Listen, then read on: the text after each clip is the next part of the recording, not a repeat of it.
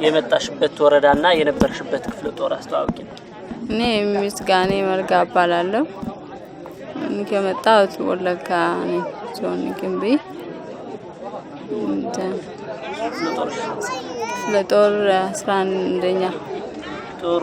እስኪ በመጀመሪያ አንቺ ወታደር ከመሆንሽ ስለ ወታደር የነበረሽ ምስል በተለይም የትግራይ ጦርነት ከተጀመረ በኋላ መቼ ነው ወደ ጦርነት ውስጥ የተቀላቀልሽው የሚሉ ነገር ንገረኝ። እዛ እንቀጥላለን። ስልጠና ከገባ መስከረም 4 ነው መሰለኝ። ከዛ በኋላ 4 ወር ቆይተን ወደ መቀሌ ገብተን መቀሌ 1 ሳምንት ቆይተን ነበር። ከዛም በኋላ ደግሞ ወደ ትግራይ ትሄዳላችሁ ብሎ መጣ። መጀመሪያ ላይ ጉያ ነው መጣው። ጉያ ጀምሬ እስከ ዞር ነበረ። ውጊያ አንድ ቀን የኔ ገጥመው ነበር፣ ግን እኔ አልተወከስም አልተዋጋም። እኔ ክላሽ ነው የሚይዙ አላስኩም። እዛን ቀን ሲጀመር መሳሪያ የለም ብሎ ባዶ እጅ ነበር። እኔ ዝም ብሎ ኳላ እየሄድኩ ነበር። ሁለተኛ ጊዜ ሲጋጥም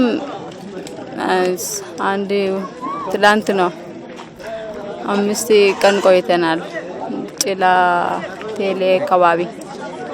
ከዛም በኋላ እኔ ታመመ ነበረ። ውጊያ አልገባም፣ ሐኪም ቤት ነበረ። በቃ ከተረፈኝ በኋላ ሸሽቶ ወደዚህ መጣል ብዬ ሰብስቦ 11 ሰው ነው እኛ። በቃ ጨለማ ላይ ተጓዝን የሆነ ተራራ ላይ ያለ እዛን አድረን እዚህ ተራራ ደርሰናል። እንትና እየተተኮሱ ነበር። የኛን ግን እኔ የለም ሲጀመር የኛ ጓደኞች አልተተኮሱም። ዝም ብሎ ነው አልሮጥም፣ አልተኮሱም። ዝም ብሎ ነው በቃ የሆነ አንድ ሰው ካገኘ እጅ ሰጣል። በቃ የሁሉ ነገር እናወራለን ብለን ዝም ብሎ እየሄዱ ነበር እና የሆነ أتا بولدا أتا اسمعي دي باي أتا بعل جس باي تايو عش كل اللي تلقى أسرحنا دي باي تبلو شكر اللو ترى لا يوتين بقى دكمين رابين أمسكن مني مال بلا من شانتا مني ملهم تلونه متات بعده جنو مالتنا كذا ترى وتين تنيچه يوني انتنا مانو ማን እረኛ አለ። ከዛ በኋላ በቃ ተራራ ላይ ብዙ ሰው አለ። እሱ የኛ ኳላ አለ።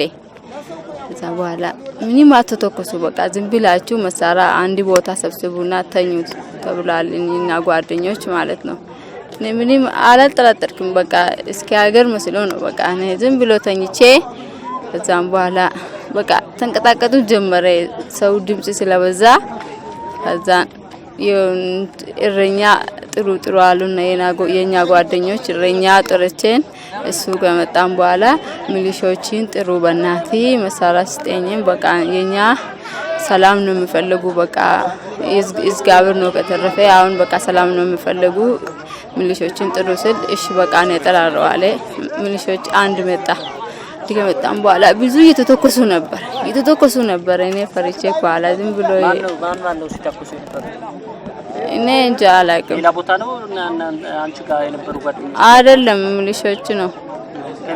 አይ ከሌላ ሰው ጋር የኛ ይዘው እየሄዱ ሌላ ልብስ ነው የሚለብሰው። አይ አታውቅም መሰለኝ እና በቃ እየተተኮሱ ነበር። ተው ደህና ሀገር ነው ምናምን ስል በቃ ከዛም በኋላ አንድ ቤት ሰጥቶ ምግብ ምናምን ሰጥቶ በቃ አረፍነን። አሁን እዚህ መጣን። አሁን አንቺ ወደ ትግራይ ስትመጪ ጦርነቱ እንዳለቀ ነው የተነገረሽ የሚሆነው። መቼስ ታህሳስ ወር ነው አልቋል ያለው አብይ አህመድ። አንቺ ስትመጪ የነበረው ሁኔታና እዚህ ከመጣሽ በኋላ እንዴት አገኘሽው? በተለይ ስለ ህዝቡ ላይ ከህዝቡ ጋር የሚደረግ ጦርነት ከመሆኑ አንፃር ማለት ነው። ስለ ህዝቡ እኔ እውነት መናገር ምንም አላየው። ውጊያም አልገባም። እኔ መሳሪያ ስለሌለ እኔ አልገባም፣ ምንም አላየውም። እኔ ጦርነት ውስጥ እየሞተ ያለው የመከላከያ ሰራዊት አባላት እኔ የሞቱ ያሉትና ጓደኞችሽ ይሞቷል የሚሆነው እኔ ጓደኛ የሞቴ አላየውም፣ ግን ቁስለኞች አሉ። እኔ ታመመ ስለነበረ እነሱ ማል ተኝቼ ነበር። እኔ ቁስለኞች ነው ግን የሞቴ እኔ አላየው። አንቺ ያላየሽ ብዙ ቦታ እዚህ ጦርነት ውስጥ ራሱ እዚህ ሲከናወን የነበረው ጦርነት እኔ ሐኪም ቤት ነበር እና ለማንኛውም ችግር የለውም።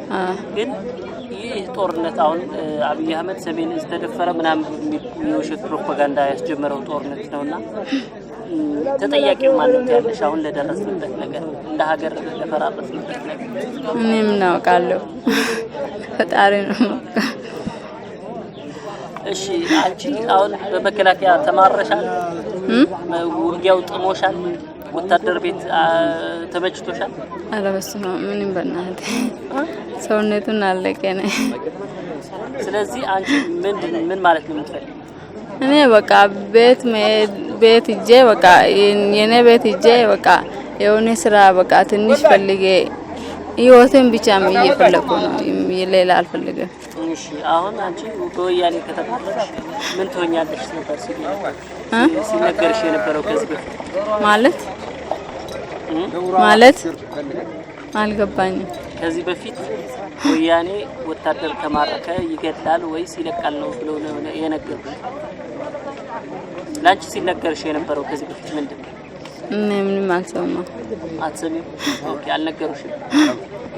ለማንኛውም በቃ ማለት የምትፈልጊው ነገር ማለት የምትፈልጊው አሁን በመጨረሻ ሰላማችን ለመመለስ እንደ ምክር እንደ መልእክት የምታስተላልፊው ነገር ካለ?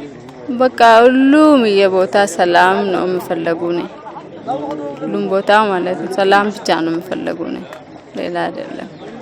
ሰላም በላይ ምንም የለም።